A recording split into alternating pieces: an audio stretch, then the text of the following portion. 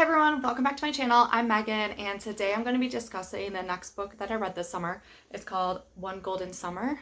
If you read Every Summer After, you will be familiar with the character Charlie because this is actually his love story. However, it is written in the perspective of this girl, Alice. She ends up falling in love with Charlie. In my opinion, I really like this one better than Every Summer After. Maybe because I'm a huge Charlie fan. I just love him. He's such a guy's guy. He's so real. I'm not surprised by anything that he does. And so I was super excited to read his story. It's really interesting because this book takes place a few years after Every Summer After. Charlie is now 35. At the beginning of the book, I didn't realize it, but Charlie is definitely more vulnerable in this book, and part of the reason he's vulnerable is because his dad passed away at 35 from a heart attack. And so now he's 35 right now, so he's in his 36th year basically. At around this time of the book setting, his dad had passed away.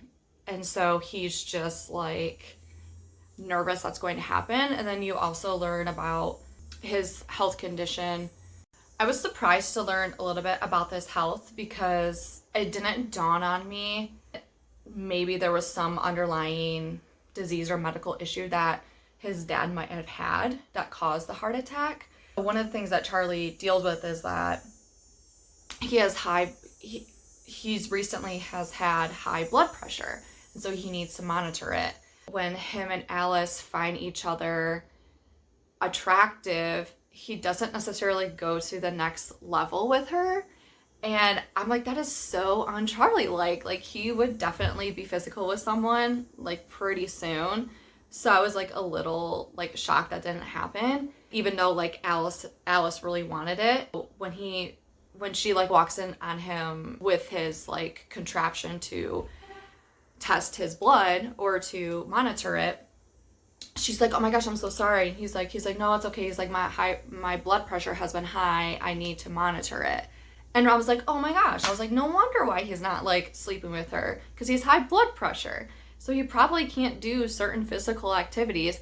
And so knowing how smart and attentive both Alice and Charlie are, I'm just surprised Alice didn't connect those dots. He backs away a lot in this book. I think it's because there are so many things that's on his mind. He has this high blood pressure. His dad had passed away at 35. His brother is now married to Percy, and you find out that they're expecting a baby. And so I think at 35, he realizes that he may not, have the life that maybe he wants to have. And so it was just very un-Charlie-like. And I'm like, Charlie, what are you, out of the game? What is happening? And he has this line that he says to Alice, which really put it in perspective. I think she might have said something along the lines of oh, are you scared? Are you nervous about something? He's like, well, I think we get scared as we get older. And I was like, oh my gosh, I feel that's kind of true, because when you're younger, you feel invincible, and you're young, and you don't have many adult years under your belt. You just have a different perspective when you're younger versus when you're older and you're more aware of things. There are certain things that will make you worry or make you anxious or make you scared.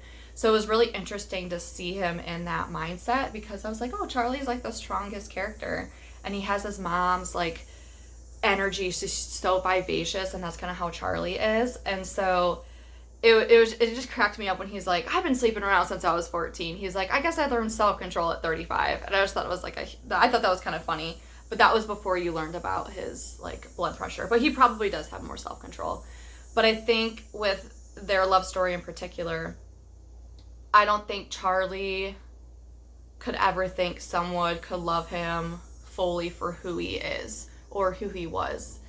I don't think he was ever a bad character. He was just a typical guy doing typical guy things. And I just don't think he's met the person that maybe wants the same things in life out of him. I think when he has a connection with Alice, based on what's happening in his life, I think it wasn't necessarily transparent in the book, but I kind of got it based on the wording that he used, that he just needs a friend right now. And I know that they were trying to do the friends with benefits situation, but with everything he's going through, I think I got the impression that he just needed a friend, but the attraction for both of them with each other definitely overtook everything else, which I'm not surprised by. I liked how they interacted with each other. And I love how Percy is still in the book. Like, I loved Percy and Charlie from the first book. And Alice reminds me so much of Percy because she calls, like, Charlie out, or she gives it back to Charlie. She gives it back to him. And I just love it because, like, I think he loves it when someone challenges him. And so I think because he's so used to getting so many women that it's very small and unique and in between for someone to banter back and play with him in that way.